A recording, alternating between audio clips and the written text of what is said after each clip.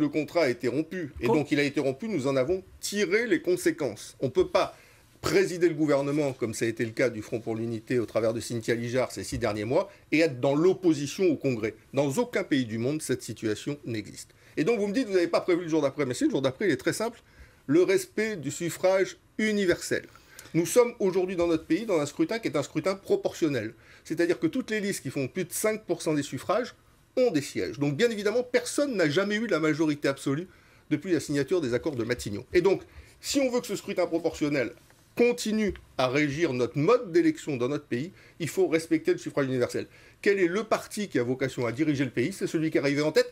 C'est pas celui qui est arrivé en 4e position, l'espèce le plus... Vous savez, la médaille d'or, on la donne au premier, on la donne pas au 4e. Donc conclusion, Calédonie Ensemble a essayé de partager les responsabilités. La solidarité n'a pas été au rendez-vous. Nous en avons tiré les conséquences et désormais, nous aspirons à diriger le gouvernement de la Nouvelle-Calédonie.